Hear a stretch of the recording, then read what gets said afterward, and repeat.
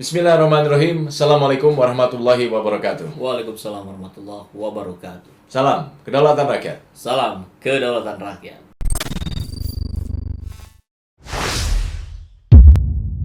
PSI DKI menyebut sikap Giring dan kawan-kawan jadi beban dan memberatkan. Mungkin maksudnya di Giring dan kawan-kawan tuh DPP pusat. Iya, bisa jadi begitu. Iya, apakah karena sikap dan pernyataan yang selalu justru menjadi bumerang bagi PSI gitu ya? Bisa jadi. Itu kan saya kira mesti kita dengar dulu apa yang dimaksud. Jadi Ketua PSI DKI Jakarta, Michael Victor Sianipar menjelaskan terkait seringnya DPP PSI ya turun gunung dalam menanggapi isu dan urusan Jakarta. Itu Kang. Ya. Jadi menurut dia ini PSI DKI sudah sering melakukan komunikasi dengan DPP terkait dengan masalah itu. Oke. Nah, ini PR yang tidak bisa membatasi pihak DPP, tapi pembenarannya apa katanya gitu. Ya. Karena dari DPP panggung terbesarnya memang ada di Jakarta. Betul. Gitu. Saya bisa pahami kesulitan PSI dalam meningkatkan popularitasnya. Tentu apalagi elektabilitasnya gitu. Karena kan yang dilakukan selama ini selalu blunder. Nah, untuk Ketua DPW PSI Jakarta, Michael Sianipar, ini saya kira beberapa kali kita lihat juga orang ini mengapresiasi Anies Baswedan, bahkan dari pembuatan proyek JIS sampai ke Formula E. Bahkan dia hadir kan. Dia tegas bahwa kami oposisi, tapi kami oposisi dengan cara yang sebaik-baiknya oposisi gitu ya. Dan fokus pada substansi gitu, bukan pada gimmick-gimmick gitu, seperti yang Giring lakukan. Nah, saya kira Michael ini nampak jauh lebih pintar dibandingkan Giring. Jauh lebih dewasa dibandingkan Giring. Kalau bicara Giring, tanpa prestasi, tentu prestasi di bidang politik dong. Yeah. Ya, kita nggak usah bahas dia sebagai penyanyi. Miskin prestasi, full gimmick gitu kan. Dan itu kan harusnya PSI pusat itu melakukan evaluasi bagaimana langkah-langkah yang dilakukan oleh Giring plus Grace Natali itu selalu membuat blunder di masyarakat dan selalu membuat masyarakat semakin antipati terhadap PSI. Nah, saya kira itulah yang menjadi beban beratnya si Michael itu gitu. Bagaimana dia harus membangun kepercayaan di Jakarta itu runtuh lagi gara-gara atasannya gitu. Sekarang kita kan juga bilang nih, gimana nih kalau saya mau ngatur atasan kan nggak mungkin gitu. Ya itulah saya kira resiko keberadaan sebuah partai yang memang tidak didirikan dengan struktur yang rapi, yang benar di bawah gitu, bottom up gitu. Ini kan kalau kita lihat sejarahnya ujuk-ujuk aja PSI ini seperti yang top down gitu. Sehingga ketika mereka ada di bawah ini kesulitan. Bahkan ada teman saya juga Kang yang jadi salah satu ketua DPP pusat itu dulu tuh namanya bagian apa propaganda gitu apa ya. Terus sekarang diganti kayaknya dianggap istilah terlalu berbahaya, mengerikan gitu, bisa menjadi kontraproduktif. Diganti menjadi divisi edukasi apalah gitu ya. Dia pun ya sama seperti si Michael ini, dia kesulitan gitu untuk membangun narasi-narasi. Orang saya tahu kenal persis orangnya, dia orang yang cukup kritis gitu. Tapi barangkali dia pun dibungkam di dalam gitu. Karena kebijakan-kebijakan pusat yang memang harus membela penguasa gitu. Ya, ini saya kira resiko berada di sebuah partai dengan karakter seperti itu. Jadi saran saya sih buat Michael, keluar saja lah. Mundur saja dari PSI gitu. Jangan sampai Anda semakin kebingungan seperti Mongol stres itu. Mongol stres semakin stres ada di PSI gitu. Dia nggak tahu harus ngapain. Saya di PSI nggak tahu saya mau ngapain ini. Ya, dan yang menarik ini Michael juga bilang juga PSI DKI Jakarta ini masih berusaha secara substantif dalam menanggapi isu di wilayahnya karena berhadapan dengan data dan realita di lapangan. Menarik itu. Iya, ya. Jadi yang dilakukan Michael itu harusnya itu yang dilakukan oleh Ketua PSI Pusat. Itu yang harus dilakukan oleh Giring. Ini seperti bumi dan langit, tapi buminya ada di Giring, langitnya ada ketukar-tukar, kebalik-balik. Bahkan kalau kita dengar misalkan ketika si Michael ini mengapresiasi perhelatan Formula E, Giring kan di saat yang kurang lebih sama bilang, apanya yang sukses? Ya. Ramai tidak berarti sukses. Ya. Loh, dia memaknai sukses itu dari mana sih gitu? Kan salah satu indikatornya keramaian, penuhnya penonton, diekspos oleh 150 lebih negara, hak siar gitu. Dan terlihat sekali ini perbedaan antara PSI pusat dengan Jakarta ya.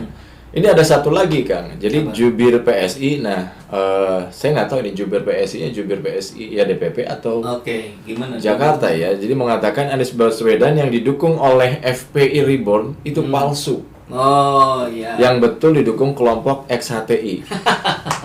Itu jubir itu DPP itu. DPP ya. Ya.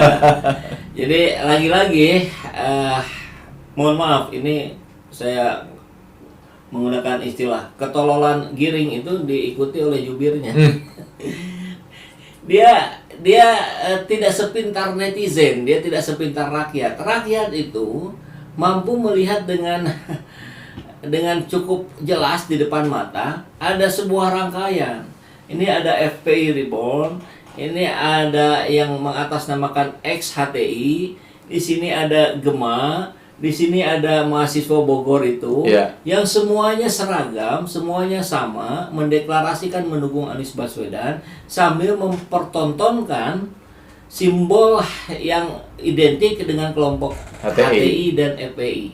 Itu soalnya. Jadi Anda barangkali kurang baca berita, Anda kurang baca analisa dari SJ Channel kayaknya gitu ya. Jadi kurang inilah, terlalu dangkal. Dia mengamini bahwa FPI itu tidak ada, FPI itu abal-abal gitu. Kemudian dia, oh berarti dia oleh XHTI. Sudah jelas ini pun sudah runtuh gitu. Ini baru diakui. Jadi sudahlah.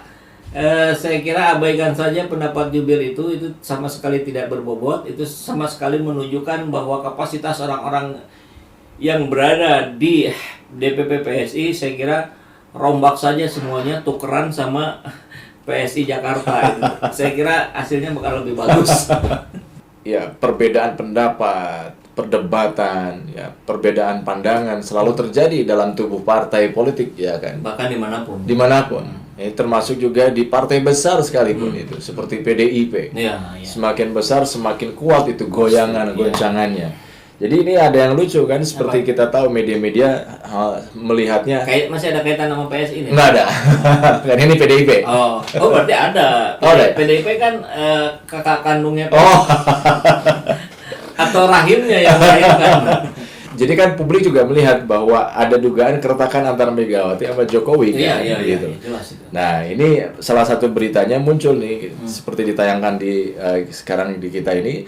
Ini lirikan mata Megawati ketika Jokowi bicara soal kemungkinan beda pilihan politik. Oh. Ini pewartanya agak nakal pertanyaannya. Iya. Ada Jokowi, ada Megawati, ditanya perbedaan politik. Oh, wartawannya yang mancing. Mancing ini. Saya kira Jokowi yang merespon tentang adanya perbedaan politik antara Jokowi dan Megawati yang diamini, ternyata tidak ya. Tidak ditanya sama Ditanya. media. Ya Oke. tentu saja sudah pastilah jawabannya. Oh enggak, kita kan Nah. keluarga. Begitu juga ketika Megawati ditanya, ya kita dari dulu kenal ya, keluarga lah baik-baik saja. Ya. Oke, ini babak baru dari agenda Jokowi menghadiri Projo Rakernas itu, yang menyebutkan bahwa di sini ada calon yang mungkin akan kita usung. Nah, ini ada pergeseran lagi. Jadi nampaknya Jokowi kalau dianggap sebagai anak oleh Megawati, maka sudah dipanggil dengan sangat keras, dengan sangat tegas oleh Megawati, dan kemudian diceramahi tentang jejak Pak Jokowi dari Solo sampai menjadi presiden. Ya. Tentu kita bisa katakan, terlepas dari adanya tim-tim khusus, tim-tim kecil yang beroperasi, partai politik PDIP lah yang membesarkan Jokowi gitu. 10 tahun ditambah berapa? 2 tahun sebagai Gubernur DKI Jakarta, sekian tahun menjadi wali kota Solo. Itu semua adalah buahnya PDIP. Saya menangkap ini situasinya sudah ada perubahan kembali, Kang. Jokowi sudah ditarik lagi ke PDIP. Artinya ditarik ini bukan berarti lepas dari Luhut CS gitu. Tapi Kalau kemarin coba dimusuhi oleh PDIP, coba ditegasi, dimarahi segala macam, sekarang sudah dipanggil ke rumah si anaknya itu, anak Mega itu sudah dibawa, diingatkan, diberi petuah, diberi gambaran tadi, sekian belas tahun dibesarkan, dan nampaknya besok lusa kita akan melihat perubahan baru dari potensi-potensi koalisi yang ada. Bisa jadi, ini bisa jadi, ketika KIB semakin menguat di ketiga partai itu dan mereka terus menggodok calonnya, ini Ganjar gitu, ada kemungkinan kalau elektabilitasnya bertahan, dia akan ditarik lagi ke PDIP. Nah, jadi posisinya apa? Ganjar Puan. Ganjar Puan ini saya kira secara elektoral itu sudah boleh ya, PDIP bisa mencalonkan sendiri. Nanti bagaimana kalau dukungannya hanya dari PDIP saja? Ya nanti akan diajaklah 1-2 partai untuk pelengkap, mungkin PKB, mungkin Perindo, ya mungkin PSI termasuk gitu sebagai apa anak-anak bawangnya lah gitu, anak-anak bawangnya PDIP. Nah kemarin kita tahu ada suara pecah di bawah, yang satu ke Ganjar Jokowi, yang ini ke Puan PDIP. Nah ini membesar terus eskalasinya. Kemudian dilihat oleh para ahli strategi yang ada di belakang, wah ini suara ke Ganjar Jokowi besar juga nih. Ini suara PDIP Puan besar juga nih. Ya sudah, mereka akhirnya percaya diri, ya sudah sandingkan saja Puan Ganjar. Itu mungkin. Dan saya kira kita pun berharap begitu. Kalau saya sih berharap begitu gitu. Kenapa? Biar kalah. Karena kalau dalam pandangan salah satu strategi politiknya tadi, ini akan menggabungkan dua suara yang ramai di rakyat kemarin-kemarin menjadi satu, Ganjar Puan. Tapi kita tahu mereka itu punya kekurangan yang sangat banyak. Ganjar itu minus prestasi. Jadi kalau dibilang nol prestasi itu kan nggak ada prestasi. Yeah. Kalau minus berarti kan ada masalah gitu, banyak masalah, wadas, kesejahteraan dan sebagainya di Jawa Tengah. Kan kalau celotehannya rakyat itu, kalau kamu ingin pilih Ganjar maka Indonesia akan seperti Jawa Tengah hari ini gitu kan. Kalau kamu pengen kalau kamu pilih Anies Baswedan maka Indonesia akan seperti Jakarta hari ini. Kan kurang lebih gambarannya mudah lah begitu gitu. Bicara Puan juga sama, nggak ada prestasi gitu kan. Maka Ganjar Puan saya dukung agar kemenangan Anies Baswedan menjadi jauh lebih mudah gitu. Ataukah memang ini skenario yang dibikin oleh PDIP sejak awal? Ya. Test the water. Oh ternyata ini bagus nih, ya udah gabungin aja gitu. Ya betul, ini sangat mungkin juga menjadi test the water yang akan mengorbankan partai-partai yang lain yang merasa diberikan harapan, di PHP-in gitu kan. Partai-partai kecil maksudnya, macam P3, PAN dan sebagainya. Itu seolah-olah akan diajak gitu kan, tapi ternyata tidak. Itu.